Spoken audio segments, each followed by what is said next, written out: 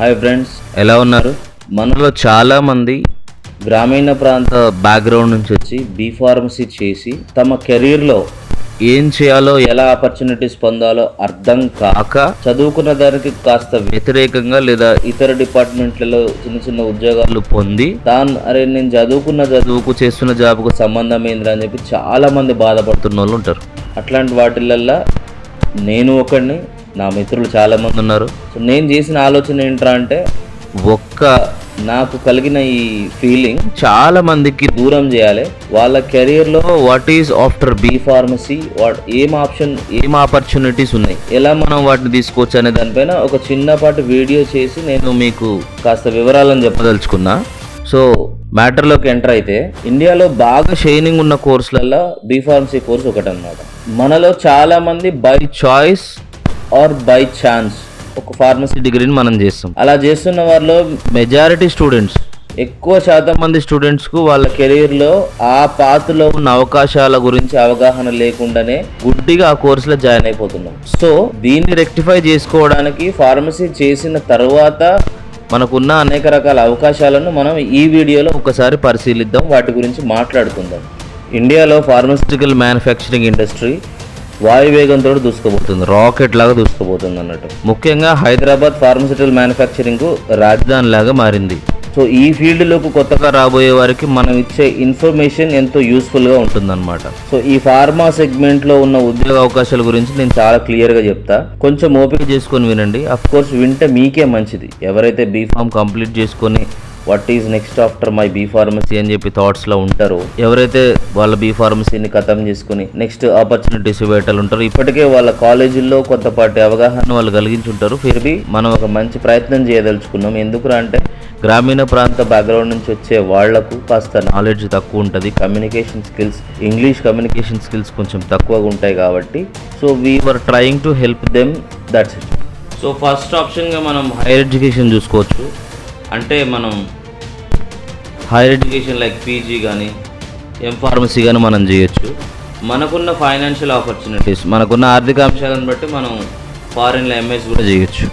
రెండో ఆప్షన్ పూర్తిగా మనం గవర్నమెంట్ ఉద్యోగాలను చూసుకోవచ్చు అనమాట. బీ ఫార్మసీ క్వాలిఫికేషన్తో వచ్చే ప్రభుత్వ ఉద్యోగాలను మనం ఒకసారి చూడొచ్చు. సో బీ ఫార్మసీ తర్వాత చేసే ప్రభుత్వ ఉద్యోగాలలో డ్రగ్ ఇన్స్పెక్టర్ పోస్టులు ఉంటాయి, ఫార్మసిస్ట్ పోస్టులు ఉంటాయి.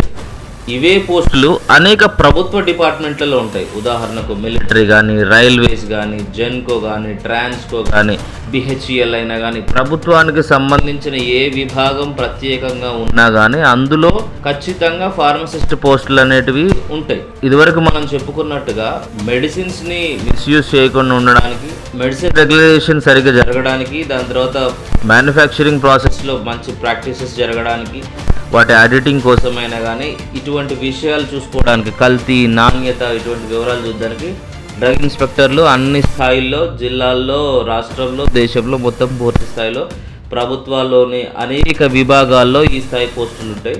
సో ప్రభుత్వ ఉద్యోగాలను ఈ విధంగా మనం ఆప్షన్గా, సెకండ్ ఆప్షన్ కింద మనం తీసుకోవచ్చు. ఆప్షన్స్ అనేవి first option, second option, that's your choice.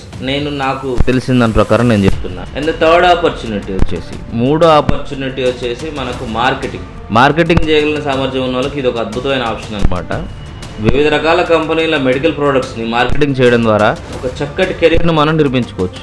సాధారణ భాషలో చెప్పాలంటే ఈ జాబ్ని మెడికల్ రిప్రజెంటేటివ్ అంటారు అనమాట. ఈ సెగ్మెంట్లో పోటీ కాస్త ఎక్కువగా ఉంటుంది. అందుకు మెయిన్ రీజన్ వచ్చేసి జనరల్ డిగ్రీ చేసిన పిల్లల్ని ఈ మెడికల్ రిప్రజెంటేటివ్ సంబంధించిన పనిలో కంపెనీలు చేర్చుకుని ఉండడం దానికి ప్రధానంగా ఒక కారణం అన్నమాట. అట్లాగే అతి తక్కువ జీతాలకే వారు దొరుకుతుండడం మరొక కారణం. డిఫరెంట్ కంపెనీస్ డిఫరెంట్ మెడికల్ ప్రోడక్ట్స్ని డిఫరెంట్ డాక్టర్స్కి లేదా డిఫరెంట్ కస్టమర్స్కి మార్కెట్ చేయడానికి, యాజ్ సైన్స్ తెలిసిన ఒక స్టూడెంట్గా, ఒక పర్సన్గా, ఒక సైన్స్ తెలిసిన పర్సన్ తమ ప్రోడక్ట్స్ని చక్కగా మార్కెట్ చేయగలడు అని ఒక ప్రయర్ ఆప్షన్ని pharmaceutical marketing companies B pharmacy qualified పర్సన్స్కి ఇస్తాయి అనమాట. సో దీన్ని మనం క్యాష్ చేసుకొని ఒక చక్కటి కెరీర్ను మనం నిర్మించుకోవచ్చు. సో ఈ జాబ్ డిస్క్రిప్షన్ అనేది చాలా పెద్దగా ఉంటుంది. దీని గురించి మనం ఒక సపరేట్ వీడియో చేసుకుందాం ఫ్యూచర్లో. ఇక ఫోర్త్ ఆపర్చునిటీ వచ్చేసి మ్యానుఫ్యాక్చరింగ్ సెగ్మెంట్. కంప్లీట్ ఫార్మస్యూటికల్ ఇండస్ట్రీలోనే మ్యానుఫ్యాక్చరింగ్ విభాగం బెస్ట్ అని మనం చెప్పుకోవాలి. ఇక్కడ మనకు అత్యంత సంతృప్తినిచ్చే పనిని మనం చేయొచ్చు. మనం చదువుకున్న చదువుకు తగ్గట్టుగా తగిన ఉద్యోగం ఫార్మస్యూటికల్ ఇండస్ట్రీలో మ్యానుఫ్యాక్చరింగ్ రంగంలో దొరుకుతుంది. ఇందులో మనకు రీసెర్చ్ అండ్ డెవలప్మెంట్ అని కానీ, క్వాలిటీ కంట్రోల్ అని కానీ, క్వాలిటీ అనాలిసిస్ కానీ ఇటువంటి భిన్నమైన అవకాశాలు మనకు లభిస్తాయి. కాస్త అన్స్కిల్డ్గా ఉంటే ఆపరేటర్, మెషిన్ ఆపరేటర్ కానీ ఇటువంటి జాబ్స్ని మనం తీసుకోవచ్చు. ఇక 5th ఆపర్చునిటీ వచ్చేసరికి సొంత వ్యాపారం చేసుకోవడం, అంటే మెడికల్ షాపులు పెట్టుకోవడం కానీ. ఈ మెడికల్ షాపుల లక్షణం ఏంటంటే ఒక ప్రోడక్ట్ డైరెక్ట్గా కస్టమర్కి అమ్మడం అనమాట. హోల్సేల్గా మెడికల్ షాపులు పెట్టుకోవచ్చు, అంటే హోల్సేల్ మెడికల్ షాపులకి ఇక్కడ నుంచి మందులు పోతుంటాయి అన్నట్టు. మన లాంగ్వేజ్లో మందులు, కాస్త మర్యాదకరంగా మాట్లాడుకుంటే మెడిసిన్. C&A ఏజెంట్గా ఉండడం. C&A ఏజెంట్ అంటే కంపెనీలు డిఫరెంట్ ప్రొడక్ట్స్ని తయారు చేస్తాయి, అవన్నీ కూడా ఒకళ్ళకి అమ్ముతాయి. అతను దాన్ని C&A ఏజెంట్ అని మనం అంటాము. దాని తర్వాత హోల్సేల్ షాప్లోకి వెళ్తాయి. C&A ఏజెంట్ దగ్గర నుంచి హోల్సేల్ షాప్లోకి పోతే, హోల్సేల్ షాపులు అక్కడి నుంచి మెడికల్ షాప్లోకి వెళ్తే అక్కడి నుంచి కస్టమర్కి రీచ్ అవుతాయి. సో ఈ విధంగా బిజినెస్ అనేది, మెడికల్ సెల్లింగ్ బిజినెస్ అనేది ఒక ఆపర్చునిటీ కింద మనకు కనిపిస్తుంది. వీటితో పాటుగా third party manufacturing, third party marketing, ఇటువంటి ఎన్నో అద్భుతమైన అవకాశాలు మనకు దొరుకుతాయి. థర్డ్ పార్టీ మ్యానుఫ్యాక్చరింగ్ అంటే ఒక ఫార్మస్యూటికల్ కంపెనీని మనం ఓన్ చేసుకుని ఉంటాము. ఒక వ్యక్తి, ఒక ఆస్పిరెంట్ తను మార్కెట్ చేయాలనుకుంటాడు. సో దానికి కావాల్సిన బ్యాచ్ని అతను ఆ మ్యానుఫ్యాక్చరర్ ద్వారా మ్యానుఫ్యాక్చరింగ్ చేయించుకుంటాడు.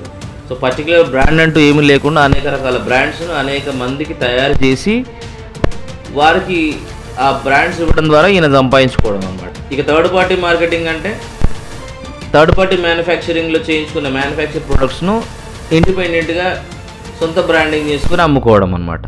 ఇవే కాకుండా ఐటీ సెగ్మెంట్లో కూడా కొన్ని ఆపర్చునిటీస్ బీఫార్మసీ చేసిన మనకు దొరుకుతాయి. కోడింగ్ కానీ, ట్రాన్స్క్రిప్షన్ కానీ, ఇలా ఐటీ రంగంలో మనకు చాలా చక్కటి అవకాశాలు కూడా ఉన్నాయి. సో వీటన్నిటి గురించి మనం రాబోయే వీడియోలో తెలుసుకుందాం. ఛానల్ని సబ్స్క్రైబ్ చేసి మంచి ఇన్ఫర్మేషన్ మీరు పొందాలని చెప్పి నేను కోరుకుంటున్నాను. ఈ ఛానల్ను సబ్స్క్రైబ్ చేయడం ద్వారా ఒక చక్కటి ఇన్ఫర్మేషన్ మనం పొందొచ్చు. మొదటి ప్రయత్నం కాస్త అటు ఇటుగా ఉన్న, రానున్న ప్రయత్నాలన్నీ చాలా చక్కగా క్లియర్గా చేస్తాను. ఒక మంచి ఇన్ఫర్మేషన్ నేను మీకు ఇచ్చే ప్రయత్నం చేస్తాను. రానున్న రోజుల్లో ఈ ఛానల్ను ఫార్మసీ విద్యార్థులకు అన్ని ప్రశ్నలకు సమాధానం దొరికే ఒక కేంద్రంగా తయారు చేయాలన్నది నా ఉద్దేశం. గ్రామీణ ప్రాంతాల నుంచి ఇంగ్లీష్ మీడియం చదువుకోకుండా తెలుగు మీడియంలో చదువుకొని వచ్చి, లేదా తక్కువ ఐక్యూతోని, తక్కువ నాలెడ్జ్తోని వచ్చి బీఫార్మసీ చేసి వాళ్లకు అర్థం చేసుకోవడంలో ఏమైనా ఇబ్బందులు ఉంటే ఆ ఇబ్బందులను తెలుగు మాధ్యమం ద్వారా కావచ్చు, ఇంగ్లీష్ మాధ్యమం ద్వారా కావచ్చు, Telugu medium are English medium, we have a team.